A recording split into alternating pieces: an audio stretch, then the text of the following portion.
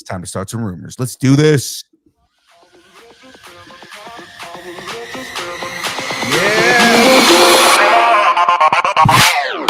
Ban the Belarus. Ban the Belarus.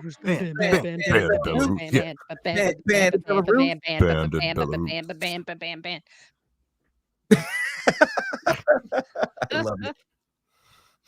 Awesome. Who's doing the rumors? That would be you? me. Let's do it. So let's get started.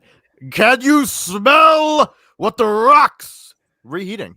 Oh, Dwayne Johnson is reportedly in talks to reprise his role as the Scorpion King, the desert warrior that launched his Hollywood career and gave us the most chaotic CGI finales of the early 2000s. What? Whether it is a full reboot or just a nostalgic cameo, Johnson's clearly not done with legacy flexes. And if anyone can turn sand into box office gold, it's him. What? So, tacos on the table. Is this a savvy throwback, or will we be scraping out the inside of the reboot microwave after this one? Oh God. I don't feel like this is something that we need. no, stop it. Tacos. no. Everybody's tacos are on the table. I put everybody's tacos on the table. More rock. We're done. Yay, rock. Okay, dude, I will tell you, I do like The Rock. The thing is, and this is a role that I actually enjoyed him in. I don't know if we need more of this, especially after they recast the Scorpion King and now going back to the Scorpion King. Like, it's a little bit weird to go on that. Have you guys seen the fix it in post thing that's been going around?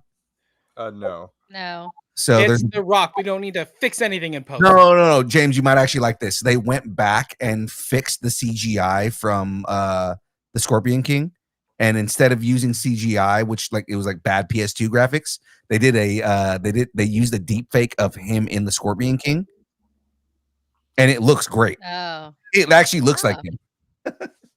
All right. Cool. I'm into it. Yeah. My More rock. tacos are off the table. My tacos are off the table. I think we will be scraping out the inside of the reboot microwave after this one because I don't think we need it. I think it's gonna unless we're be- getting Brendan Fraser when Brendan Fraser was Rock. And we're not going to talk about The Rock and Scorpion King unless we talk about Brendan Fraser. Brendan Fraser's actually talking about coming back for another Mummy movie. Okay. I'll take that over the Scorpion King. Mhm. I'm moving on. I think it is going to happen because money. That's it. That's good. We need to do like a clip show of just him saying, I think they're going to do it because of money. Right. Because that's So like his go-to. My Capital. greedy green tacos on the table. All right, so Cap. we're moving on to our next one. This ain't a crossover, it's a collision course. Rumors suggest Marvel's Brand New Day series could feature a brutal street-level showdown between Punisher and Tombstone. That's a gritty pivot for the Spider-Verse, and maybe a test run for darker MCU fare post-Daredevil Born Again. If John Bernthal's If John Bernthal's Punisher, I keep saying publisher. If John Bernthal's Punisher is back, expect blood, bullets, and moral ambiguity. Good gods. So tacos on the table. Can the MCU handle Punisher's edge, or will it sand him down to PG-13? I mean, if rough, his man. publisher's involved His and there's publisher's blood, involved, bullets, yeah. and moral ambiguity, I might like to have that publisher. Thank you very much. What's going Talk on? about man? having your back. I would not want the Punisher doing my social media. I don't think that's a good thing. No. He's your No. publisher at this point, right? Right. I'm with this. I kind of like the idea of Punisher, Tombstone, it being a thing within Marvel. I don't think they're gonna hold back. I mean, they've been able to get away with a lot more in PG-13 in like the last 10 years. My go-to example of you can have a really brutal fight, doesn't necessarily have to be like bloody, is Captain America Civil War. I always go back to the fact that that Steve pinned a dude to the side of the hull that ship with a knife. And that was pretty brutal for something that didn't have any bloods. I mean, like, if you can get away with that in PG-13, I think the Punisher can have a pretty brutal fight with Tombstone without there being a lot of gratuitous blood. Yeah. Here's my thought. What if they, instead of PG-13, it's PG-16? They should I have different mean, I age know that's PGs. normally, that would be a James joke, but I got there first, so let me claim this one. I appreciate that. I definitely appreciate that. He's like, You it's know, definitely a I dummy joke.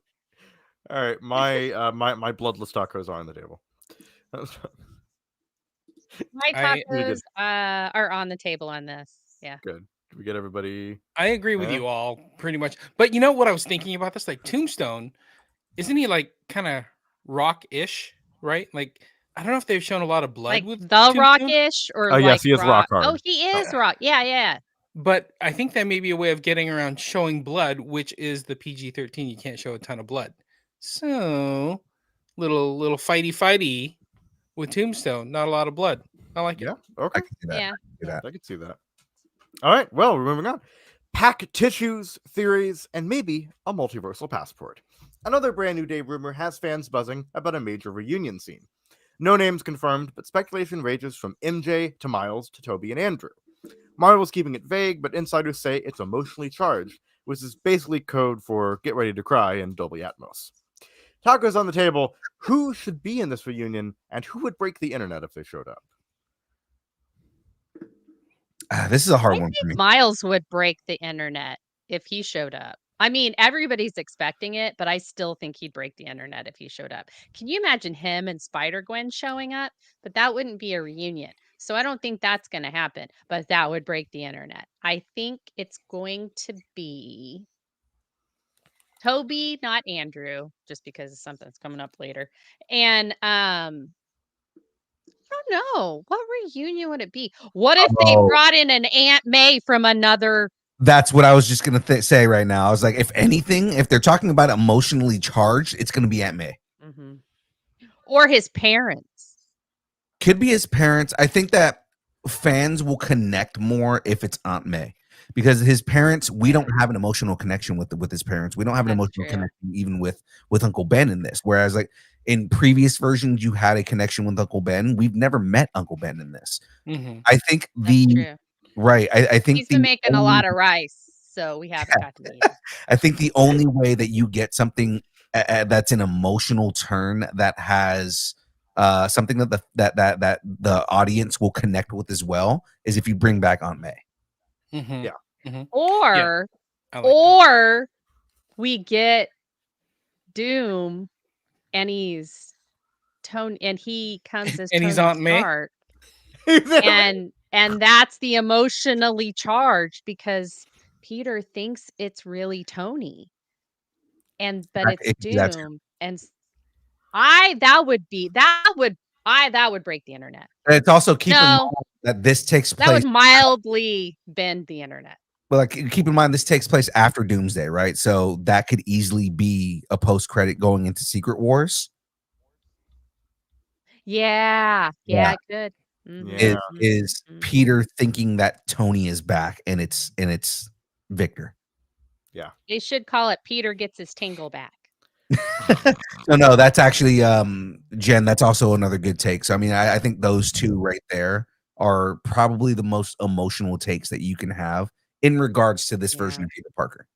Mhm. Yeah. Or it's Aunt May and it's Tony. Oh my And God. Aunt May is taking place. If you taking have Scarlet Witch's place. if you have Victor Von Doom, Tony Stark's Victor Von Doom, RDJ, walk in with Aunt May holding hands, that will break the internet. Yes. That will break the internet. Nobody's gonna know how to react to that. Especially not Peter fucking Parker. No, Peter Parker. I mean, he's gonna be so conflicted. Happy will be pissed. Happy to be very mad. my confused tacos are on the table for that. That's amazing. Mhm. Mhm.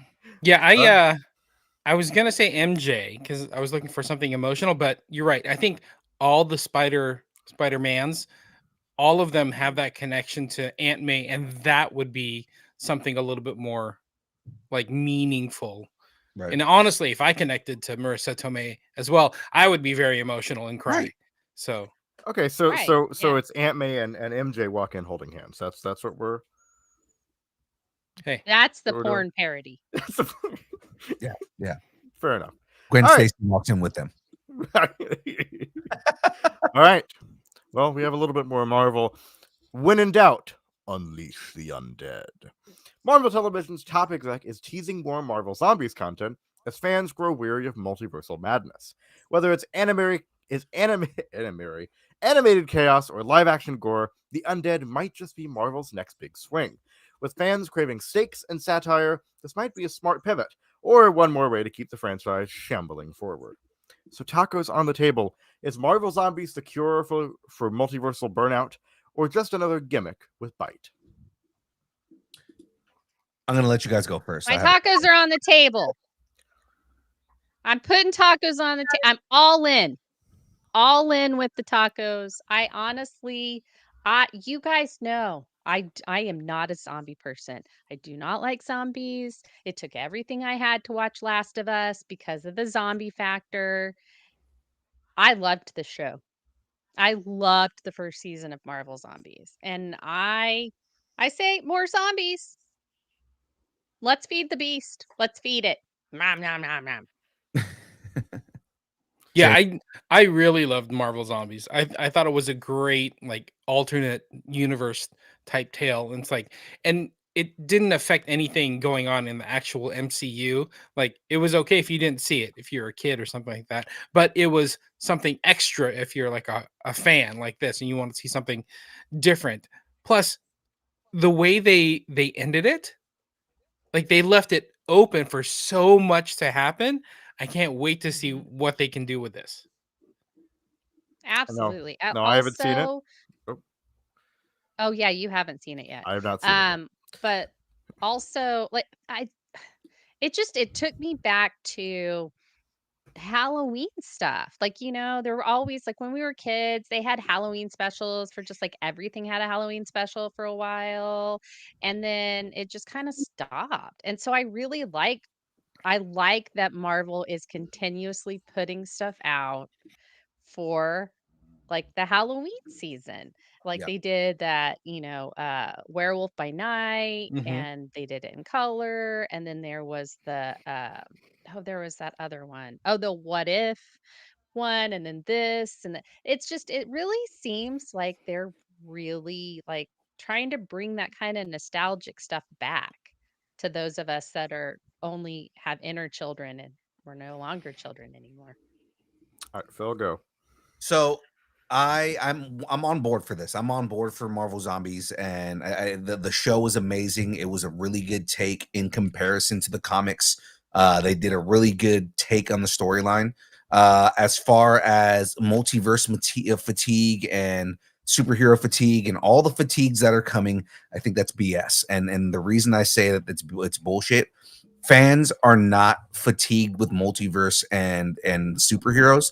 They're fatigued with bad story writing. They're fatigued with taking something and making it a MacGuffin that doesn't need to be a MacGuffin. They're fatigued with just taking something and making it lazy, right? Like where fans are fatigued is, oh well, you know what? We don't have an explanation for this, so let's just multiverse it and that's it, right? Like that's what fans are tired of. It's not the multiverse that they're tired of, it's the way that it's being used. The example is Peacemaker. We'll get into this later, but Peacemaker is a good example of how to use the multiverse without making it something that is too much.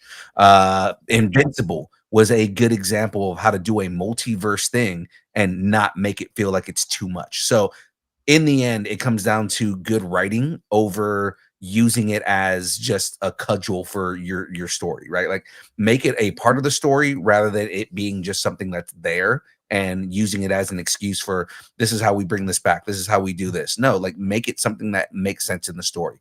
That is my take, and that's where I'm going to leave it. Awesome. Cool. I think that was a great ending for this segment. Yeah, that was good. Awesome. And yes, my slightly rotted tacos are on the table. Slightly rotted tacos. That sounds absolutely disgusting. All right, everyone. Well, we've stirred the pot, spilled the tea, and maybe raised a few undead. But one timeline's never enough. So we're diving further into Marvel's multiversal madness, where every variant, reboot, and trailer is fighting for screen time.